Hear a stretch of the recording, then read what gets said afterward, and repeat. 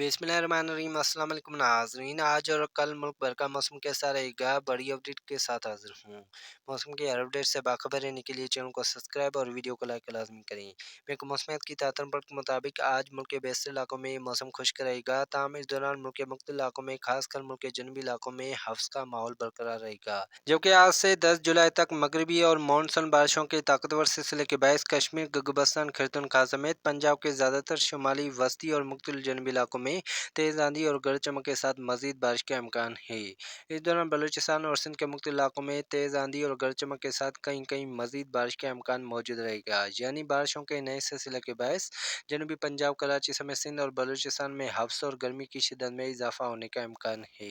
जबकि आज से 10 जुलाई तक और फिर 10 जुलाई से लेकर 15 जुलाई के दौरान मुल्क के मुख्तलिफ शुमाली, वस्ती और बस जनूबी इलाकों में गरज चमक के साथ बारिश का इम्कान है। जबकि आने वाली 24 से 48 घंटों के दौरान कश्मीर, गिलगित, पेशावर, बनू, क्वार, दीर, चित्राल, स्वात, मर्दान, सवाबी, हरीपुर, टांग, डेरा इस्माइल खान, बनू, क्वाट, वजीरिस्तान, कोहिस्तान, हंगू समेत खैरतुनखा के बेशतर इलाकों में तेज आंधी और गरज चमक के साथ बारिश का इम्कान है।